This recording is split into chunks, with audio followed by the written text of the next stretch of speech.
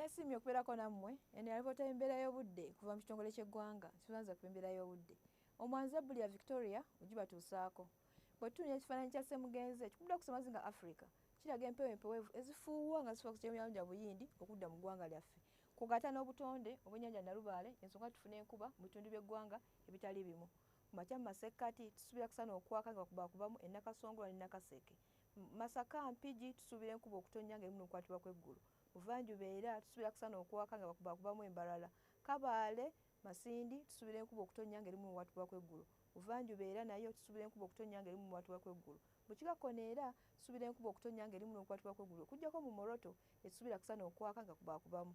Olw'eggulo mu masekkati tusuubira enkuba okutonnya ng'erimu n'okukwatibwa kw'eggulu ku ddiguli 27 e Nakasongola, Masaka, Kampala 26. Bugwanjuba era tusuubira enkuba okutonnya ng'erimu n'okukwatibwa kw'eggulu ku ddiguli 24 e Kabaale, Mbalala 25, 26 e Masindi. Buvanjuba era tusuubira enkuba okutonnya ng'erimu n'okukwatibwa kw'eggulu ku ddiguli 28 Jinja ne Tororo, Soroti 27. Mu Kikakkono era tusuubira enkuba okutonnya ng'erimu n'okukwatibwa kw'eggulu ku ddiguli 27.